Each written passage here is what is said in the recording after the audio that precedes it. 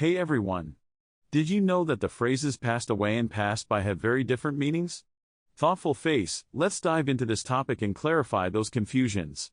Welcome back to my channel. Today, we're going to explore the differences between passed away and passed by. I'll break it down in an easy to understand way so you can use these phrases correctly in your conversations. Trust me, it's important. Now, here's the thing. Many people mix up these phrases, which can lead to some awkward moments. Passed away is often used when talking about someone who has died. On the other hand, passed by typically refers to something that has moved past you, like a car on the road or a friend walking by. Understanding these differences is crucial for effective communication. You wouldn't want to accidentally say someone passed away when you meant they just passed by, right? That could lead to some pretty confusing conversations. Let's break it down further. Passed away is a more gentle way of saying that someone has died. For example, you might say, "My grandmother passed away last year."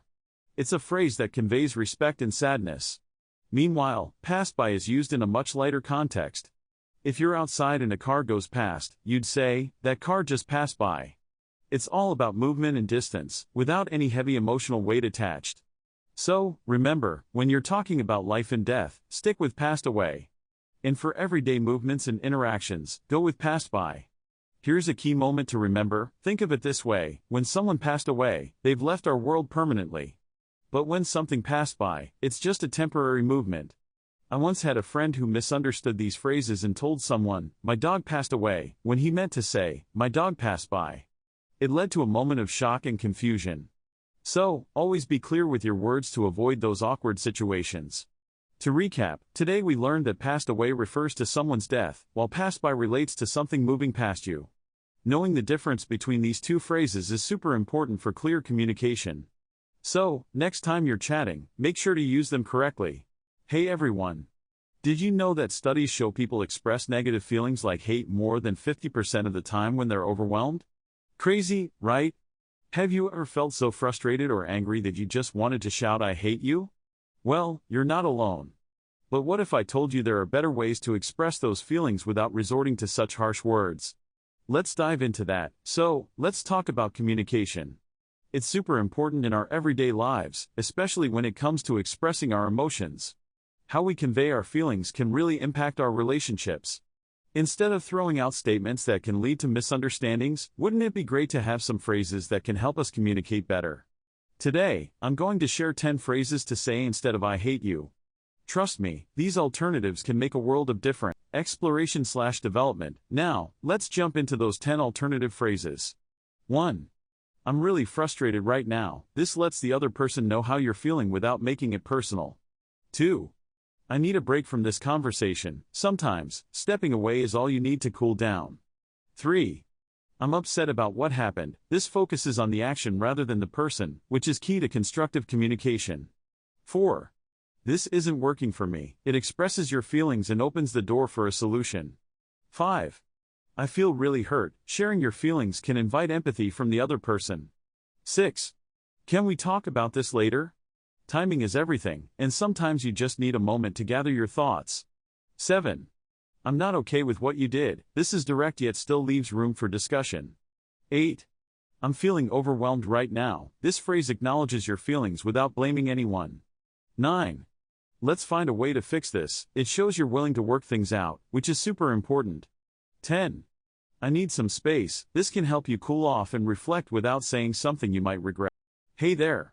Have you ever felt so angry that you wanted to say "I hate you," but didn't want to be so harsh? I mean, we've all been there, right? Today, we're diving into how to express those strong feelings without resorting to the phrase "I hate you." It's super important to know that the words we choose can really impact our conversations and relationships. So let's boost our vocabulary and find better ways to express ourselves. Presentation of problem/challenge. Okay, let's talk about why saying "I hate you" can be pretty damaging. First off, it's a really strong phrase that can hurt feelings, and it often leads to more conflict instead of resolution. When you throw around the word hate, it can shut down communication, making it hard for the other person to understand your feelings or where you're coming from. It can lead to a wall being built up in relationships, whether that's with friends, family, or even coworkers. Instead of working through issues, it often escalates the situation and creates resentment. Plus, using such a strong word can limit your ability to express more nuanced emotions, like frustration or disappointment. So, how about we explore some alternatives that still convey your feelings without the harshness? Exploration/development. Alright, here are 10 phrases you can use instead of I hate you. 1. I'm really upset with you. This phrase gets straight to the point without being overly aggressive. It shows that you care enough to express your feelings. 2. I can't deal with this right now. This one is great for when you need a break from a situation. It communicates your need for space without cutting ties. 3. I'm really frustrated. This helps you express your feelings in a way that opens the door for conversation and understanding. 4. I don't appreciate what you did. This directly addresses the behavior that upset you, which is more constructive than just throwing out hate. 5. I need some distance. This phrase sets a boundary without burning bridges, allowing you to process your feelings. 6. This isn't working for me. A more diplomatic way to express your dissatisfaction without resorting to extreme language. 7. I feel hurt by what you said. This focuses on your feelings, which is super important in any kind of relationship. 8. We need to talk about this. This invites dialogue, encouraging a discussion rather than a confrontation. 9. I'm feeling really negative about this. It expresses your current mindset without labeling the other person.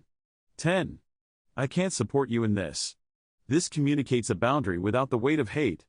Each of these phrases can help you convey your feelings more effectively, making it easier to work through conflicts. Climax/key moment. Now, if I had to pick just one phrase that can really change the tone of a conversation, it would be, I feel hurt by what you said. This phrase not only expresses your feelings but also invites empathy from the other person. It encourages them to consider your perspective and opens the door for a more meaningful conversation. It's powerful because it brings vulnerability into the mix, making it less about blame and more about understanding. Conclusion/summary. So there you have it.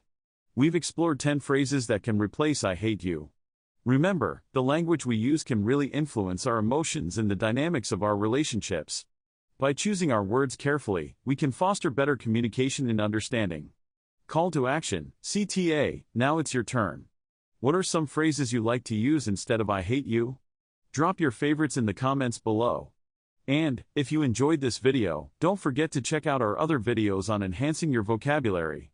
Let's keep improving our communication skills together.